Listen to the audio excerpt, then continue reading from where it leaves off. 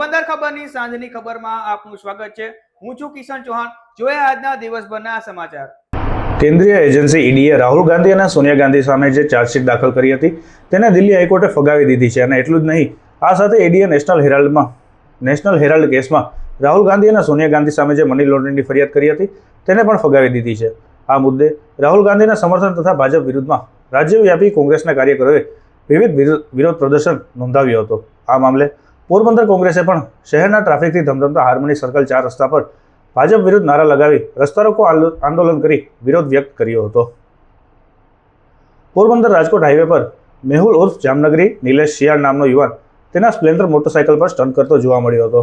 Local crime બ્રાન્ચના અધિકારીઓ પેટ્રોલિંગમાં હતા તે સમયે આ યુવાન માનવ જિંદગી જોખવાય તે રીતે સ્ટન્ટ કરતો હોવાથી અધિકારીઓએ તેનો પીછો કરી રોક્યો હતો અને આ શખ્સ વિરુદ્ધ ઉદ્યોગનગર પોલીસ સ્ટેશનમાં ફરિયાદ દાખલ કરાવી હતી। તેમજ મેહુલ ઉર્ફ જામનગરી પાસે માફી મંગાવી બીજી વખત આવી ભૂલ નહીં કરે તેવું પણ કબૂલ કરાવ્યું હતું।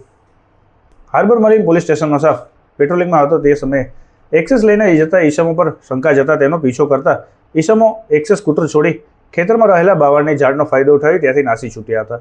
પોલીસે શંકાના આધારે એક્સેસ ચેક કરતા તેમાંથી ઇંગ્લિશ દારૂ 750 mlની 5 અને 180 mlની 32 બોટલ તથા રિયલમી કંપનીનો ફોન મળી આવ્યો હતો।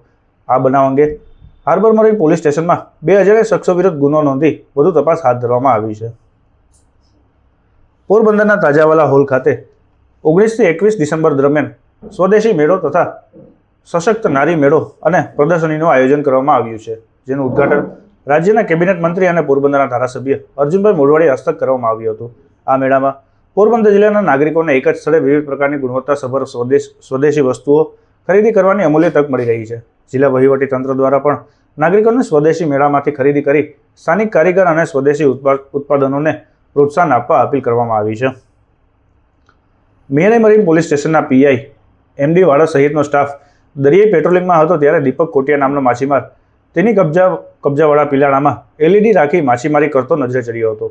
આ મામલે દીપક પાસે પરમિટ માંગતા તેની પાસે પરમિટ ન હોવાનું જણાવતા પોલીસે આ મામલે ગુજરાત મત્સ્યોદ્યોગ અધિનિયમની કલમ મુજબ ગુનો દાખલ કરી કાયદેસરની કાર્યવાહી હાથ ધરી છે। આવી જ નવી અપડેટ માટે અમારી ચેનલને સબસ્ક્રાઇબ કરો, ફોલો કરો અને શેર કરવાનું ચૂકશો નહીં।